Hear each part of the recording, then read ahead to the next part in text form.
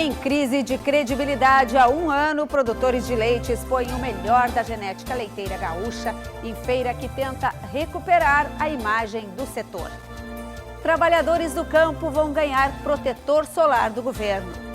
A área plantada na safra de trigo no Rio Grande do Sul em 2014 deve crescer 5%, com potencial de produção de 3.200.000 toneladas. Bom dia, eu sou Lizemara Prates e o AgroBand começa agora, a partir de hoje, com exibição em rede na Band TV Rio Grande do Sul e no canal Terra Viva.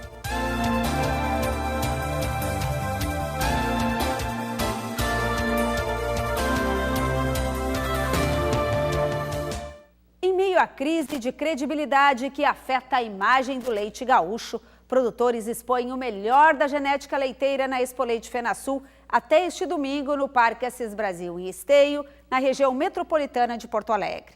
É o segundo ano em que o evento tradicional da cadeia leiteira ocorre em meio a denúncias de fraude no leite. O tema está em todas as discussões no parque, mas não tira o ânimo dos produtores que apostam na qualidade do rebanho. Corta daqui, apara dali, quase todo o pelo vai embora. O que fica, vira penteado. Não faltam cuidados para as mimosas. No dia a dia, Gilberto é produtor de vendas, mas quando chega no Parque de Exposições Assis Brasil, ele vira preparador de animais. São pequenos detalhes que às vezes decidem um grande campeonato. Trabalho com secador de cabelo, uma escova especial para esse trabalho e é usado um laquê para fixar esse pelo no preparo final. Os animais representam suas cabanhas não só na hora do julgamento. Com uma exposição aberta ao público, eles precisam estar sempre impecáveis. Viram umas misas aqui dentro.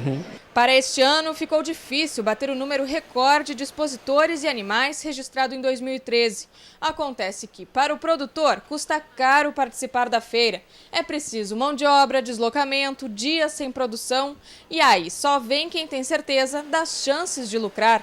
Mas não é só o prêmio. Já em número de visitantes, a expectativa é bem positiva. A Expo Leite talvez não era atrativa porque via as vacas e agora acabou a feira. Então, dessa vez tem mais. Além do café colonial, feira do vestuário, brinquedos. O Rio Grande do Sul é o segundo maior produtor de leite no país. Mas depois de tantas operações leite compensado, a feira acaba virando também uma oportunidade para discutir a qualidade do leite.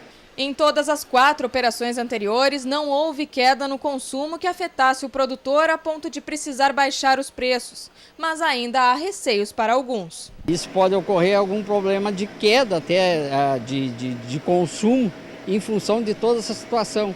Emocionalmente irrita muito a cadeia do leite saber que tem gente, uma minoria, que perturba socialmente, vamos dizer assim, fazendo fraude, fazendo crime. Isso é crime. O produtor está aqui tão indignado quanto o consumidor, ou mais, porque está maculando o produto dele. De acordo com o secretário, algumas medidas foram tomadas desde a primeira operação leite compensado. Aqui no estado são produzidos por dia 11,5 milhões de litros de leite e 90% desse volume é inspecionado pelo Ministério da Agricultura. Os outros 10% ficam a cargo dos municípios e do estado. Os autores da adulteração do produto não são mais só os atravessadores, mas também proprietários de indústrias. Nós então temos como estado que agir de uma forma mais dura, mais proativa, e a maneira de fazer isso, na nossa opinião, é ter fiscalização permanente dentro dos laticínios. O Ministério Público Estadual sugeriu a criação de uma lei sobre o transporte de leite cru no Rio Grande do Sul. O pedido foi feito pelos promotores Mauro Rockenbach e Alcindo Luz Bastos Silva Filho, que participaram da Operação Leite Compensado em reunião na Comissão de Representação Externa da Assembleia Legislativa na última segunda-feira. A lei poderá estabelecer critérios de higiene para o transporte, normas de licenciamento das empresas que prestam o serviço, cadastro dos produtores e sanções em casos de descumprimento. Os promotores também sugeriram alteração no Código Penal, com aumento da pena de fraudes em alimentos de 4 para 10 anos. No início do mês, mais 3 pessoas foram presas em nova etapa da operação, contra a fraude no leite aqui no estado. 6 pessoas foram indiciadas no inquérito que investiga as adulterações nos municípios de Estrela, Teutônia, no Vale do Taquari. A polícia pediu à Justiça a prisão preventiva de 2 sócios das empresas Lativida e Holman. As investigações começaram em agosto do ano passado e envolvem o transporte do produto e a indústria. E para falar sobre a fiscalização do leite, está aqui no estúdio o chefe da Divisão de Defesa Agropecuária do Ministério da Agricultura no Estado, José Euclides Severo. Também convidamos representantes do Ministério Público e do Sindilate que não compareceram. Mas a gente começa perguntando ao representante do Ministério da Agricultura, depois de vermos essa reportagem, há possibilidade de o consumidor confiar novamente no nosso leite, de a gente passar uma borracha nessa crise de credibilidade? Bom dia. Bom dia. Obrigado pelo convite. Olha, sem dúvida, nós temos uma produção, o que está aparecendo aí é fruto de um trabalho diário dos órgãos fiscalizadores, e especialmente aqui falando pelo Ministério da Agricultura. Se não tivesse essa fiscalização efetiva, não estaria se transferindo essa denúncia a outros órgãos, no caso as promotorias, para que eles entrem na parte investigativa ou investigatória, né, e achem os culpados. E como agora mesmo eu vi, que nós não podemos culpar um produto tão importante, nós temos que realmente colocar no seu devido lugar, ou seja, na cadeia, as pessoas que estão fazendo um ato contra a saúde pública. Ou seja, nós temos uma produção, nós fiscalizamos 90% desse leite e uma pequena quantidade se identificou o problema. O resto, ela está apta a ser tomada sim. E isso aqui nós não podemos chegar aqui e fazer terra arrasada ou achar que isso aí nós vamos, em a população consumir, vai fazer aí um genocídio. É possível apresentar uma lista de produtos confiáveis e uma lista de produtos não confiáveis, dizer ao consumidor isto é para comprar e isto não é? Eu não vou aqui citar marcas e nem listas. Eu vou dizer que os produtos que não estão sendo denunciados, que não estão sendo tratados nessa denúncia, eles estão aptos a serem consumidos. Eu não vou aqui fazer uma lista de marcas, recomendar marcas ser tomadas. Eu vou recomendar que tenha um grande volume que não está incluído nesse momento nessa fraude do qual a população pode confiar. E por que as fraudes apareceram agora? Existia antes esse problema de adulteração e não era revelado? O que aconteceu neste momento para que nós tenhamos tantas operações sucessivas denunciando qualidade do leite? Bom, eu vejo que tem alguns avanços extremamente importantes. Primeiro que a fraude sempre existiu. Eram fraudes diferentes. Começa pela água, passa por formal, tem vários tipos. Chegou a esse que é uma fraude mais sofisticada. Elas existiam, mas elas não apareciam? Não, mas sempre apareceram e sempre o produto foi condenado. E muitas delas a Promotoria Pública participou. Inclusive participou de denúncias da cadeia do leite em outra posição, como foi o caso da tuberculose. O programa de tuberculose, em que foi uma denúncia feita, em que se estabeleceu uma comissão em Arroio do Meio, e a partir dali surgiu um programa que evoluiu e hoje tem já uma posição bem interessante de evolução do programa da tuberculose e Mas hoje brucelose tem no um programa, inclusive, de controle da brucelose e da tuberculose. E ali teve a participação da Promotoria Pública, já mesmo antes, ou seja, na cadeia do leite. E agora, o que está vendo é que houve uma evolução, uma sofisticação da fraude, difícil de ser detectada. Antes, quando se colocava só formal, era fácil, mas agora, quando se coloca ele dentro de uma outra... Soda cáustica, se reaproveita leite vencido? Ou se coloca um produto agrícola, onde tem o formol, para não deixar... A ureia que contém o formaldeído.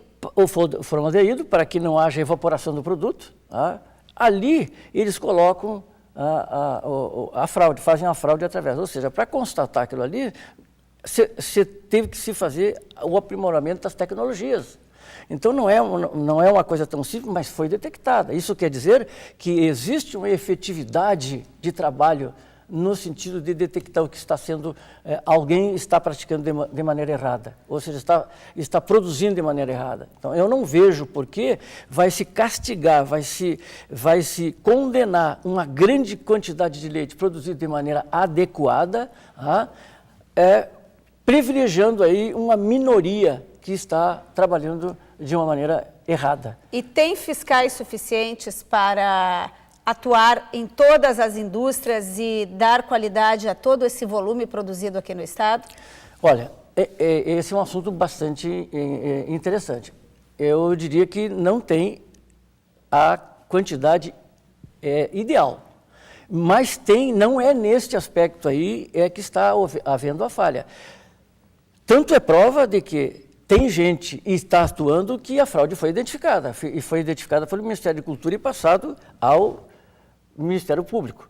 Entendeu? Então, e são as pessoas que estão ali, eles não estão hoje, na maioria, dentro das indústrias, mas estão fazendo um trabalho na plataforma e a nível de laboratório, que é muito mais importante, às vezes, que tem muita gente dentro do laboratório. Porque o que nós temos que ter segurança? Que nós estamos recebendo uma matéria-prima com qualidade e que lá do outro lado, através de um sistema forte de laboratório, nós estamos entregando à população um produto realmente com qualidade. Mas, doutor Severo, hoje se percebe que tem uma crise de confiança muito forte na população. O consumidor, eu ouço muito essa pergunta, não dá para tomar leite, qual a marca de leite que eu vou consumir? Como é que a gente vai recuperar isso na opinião de... Hoje o senhor é chefe de uma divisão, mas o senhor é um fiscal agropecuário. Então, na opinião de um fiscal, como é que a gente vai recuperar isso? Bom, eu estou, antes de mais nada aqui, eu não vim aqui para falar como chefe da divisão, eu vim aqui falar como fiscal, eu estou falando como fiscal. E eu repito, não é por problema de gente, porque a fraude tem que ser vista que ela foi praticada por, talvez, muita gente fora do sistema, entendeu? Não foi feito por deficiência, essa fraude não foi feita nos olhos do fiscal do Ministério da Agricultura e nem da Secretaria da Agricultura será feita. Né? Ela foi feita fora. E quando chegou aos nossos olhos, com o que se tem, foi identificada.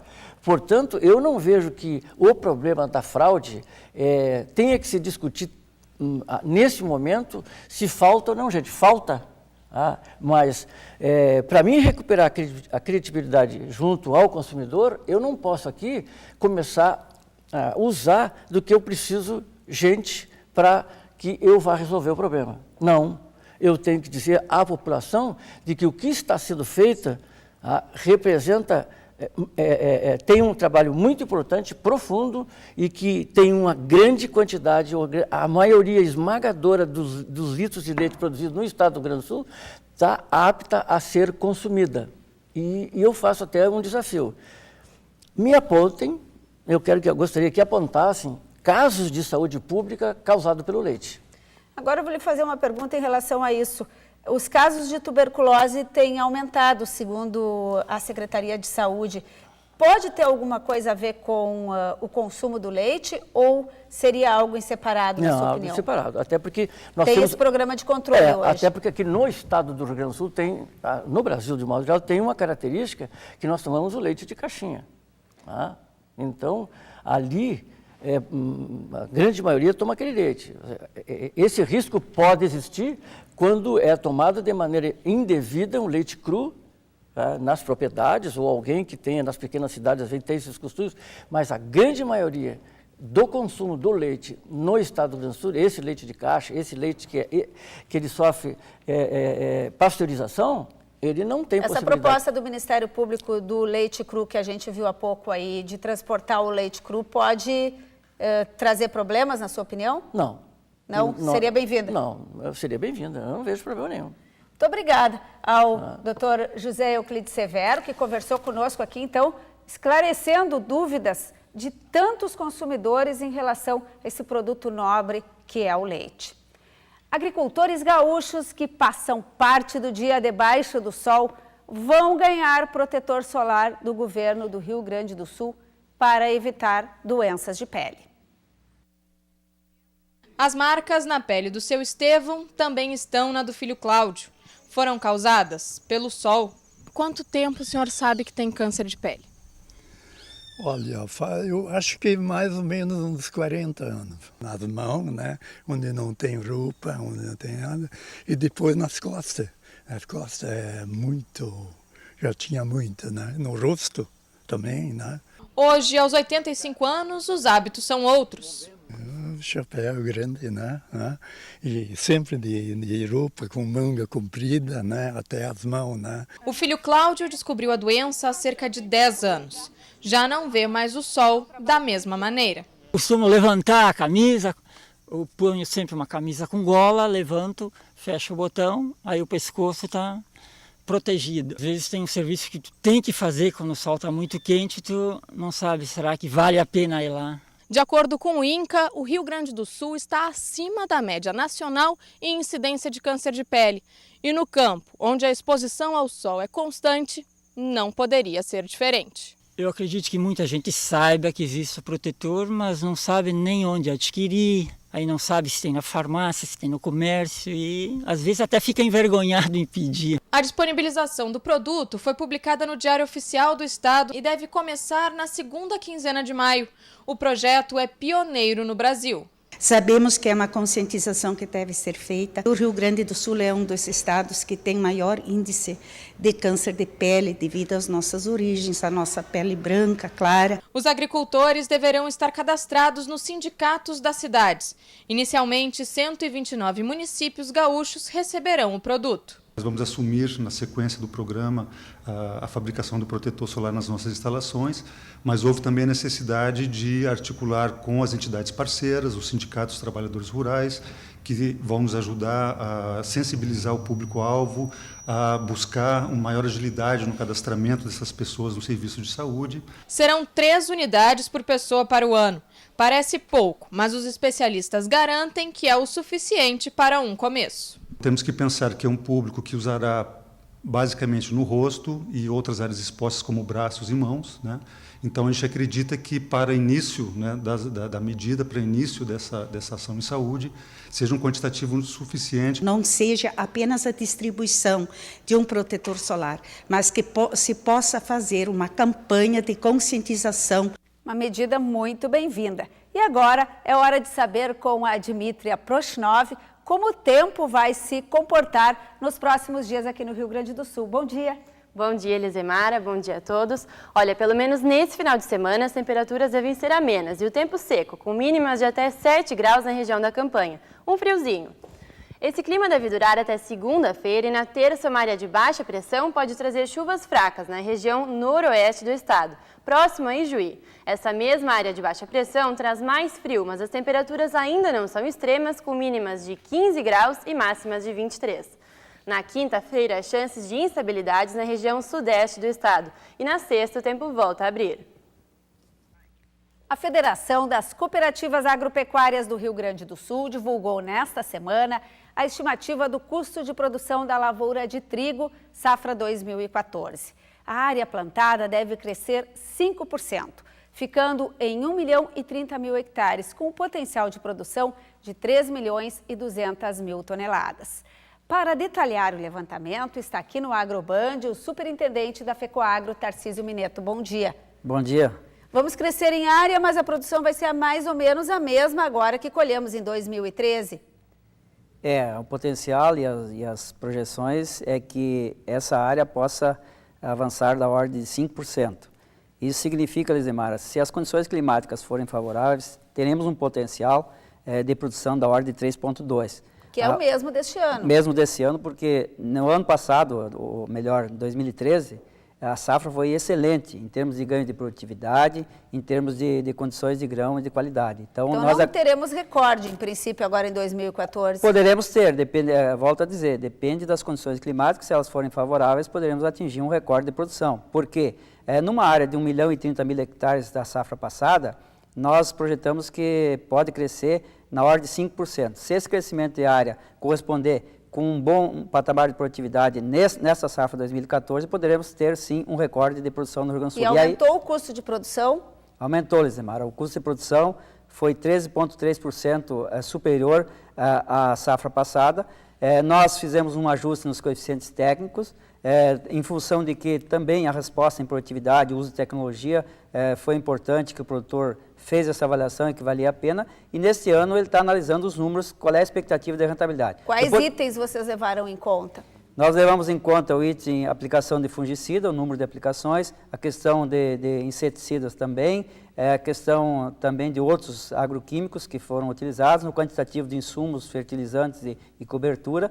Enfim, nós tivemos no final do ano passado 8% de aumento, Lizemara, do ponto de vista do óleo diesel, que impacta significativamente no custo de produção do trigo, que pesou. O aumento da mão de obra, outros serviços, os custos das máquinas também aumentaram. E esse patamar, considerando esses ajustes técnicos, deu 13,3% de aumento do custo de produção. Mesmo com esse crescimento no custo de produção, o produtor não deixa de plantar, ao contrário, ele aumenta a área. E o principal motivo é porque a safra de trigo faz uma cobertura no solo, deixa uma palhada para o plantio direto e beneficia a safra de verão que vem logo depois, principalmente a soja? Também faz isso porque ele tem um parque de máquinas já disponível na propriedade e o produtor otimiza esse uso do parque de máquinas, fazendo com que diluam os custos fixos com as demais culturas de verão, milho, soja e até da pecuária, que ele usa lá na propriedade, fazendo essa otimização do uso de máquinas, da mão de obra, ele dilui esses custos fixos. Então, essa é a visão, dentro de uma visão sistêmica da unidade de produção, o produtor faz as contas. Bom, mesmo que nesse momento, considerando o custo de produção de 43 a saca contra um preço ofertado de balcão ao produtor de 35, ele tem uma defasagem de 23%. Mas ele considera todo esse aspecto da unidade de produção, uma visão sistêmica que dilui os custos fixos e por isso que ele continua plantando. Então, a gente faz o cálculo eminentemente econômico e técnico, mas o produtor faz a análise dentro da circunstância da unidade de produção, o que ele pode otimizar, então, o que eu já falei, em mão de obra, inclusive na questão de outras atividades, como eu falei aqui da pecuária, que possa integrar. Quantas sacas o produtor vai precisar colher para pagar esse custo de produção? Bem, é importante ressaltar que na safra passada, o produtor precisava, dado ao preço, que era da ordem de R$ 39,00 a saca, naquele momento que a gente fazia a avaliação, este ano ele vai precisar de 55 sacas para buscar o ponto de equilíbrio, ou seja, ele vai ter que ter uma produtividade, uma colheita de 55 sacos por hectare para zerar a conta. Mas aí, cabe ressaltar, está considerado nesse cálculo a remuneração da terra, a questão da remuneração ao capital, custo de oportunidade, enfim, o produtor também, muitas vezes, não leva em conta esses aspectos, custos fixos, nesse contexto. Então, a parte do custo do operacional efetivo, que nós analisamos, ele é coberto e há uma sobra também. Então, se você considerar todos esses outros demais custos, aí sim tem uma defasagem. Bom, o plantio começa pelo zoneamento agroclimático agora no dia 20, mas o produtor tem um grande desafio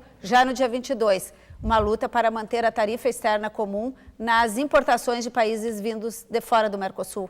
Exatamente. Nós já lutamos, a federação, no final do ano passado, brigou e lutou junto com as demais entidades, para que naquele momento de colheita da safra, no momento da comercialização da safra, o governo e a Camex não poderia ter autorizado a importação de trigo sem a TEC, uma tarifa externa comum para importar trigo de terceiros mercados.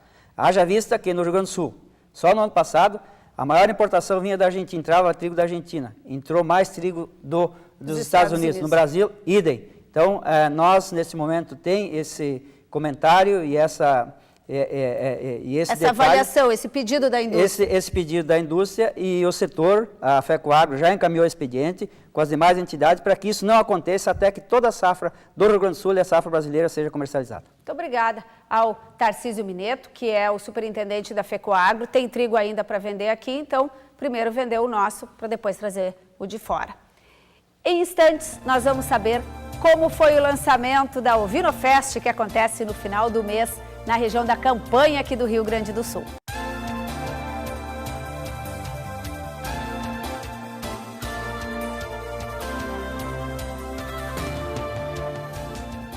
A Ovinofest acontece em Lavras do Sul, a 325 quilômetros de Porto Alegre, na região da Campanha, no final de semana que vai de 30 de maio a 1º de junho.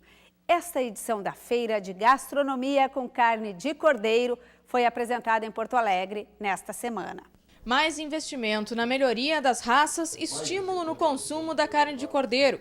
Esses são alguns dos objetivos deste ano da segunda edição da Ovinofest. É uma festa inovadora, né? Porque ela mexe com o produto em si, né? Que é os pratos, que são os pratos da carne de cordeiro, né? Atualmente, o estado possui o maior rebanho ovino do país. Por isso, o enfoque no produtor é tão importante, desde a criação até o transporte.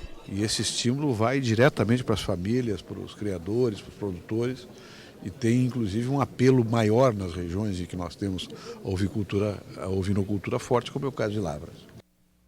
Que delícia esse churrasco! E o Agroband volta no próximo sábado, às 7h30 da manhã.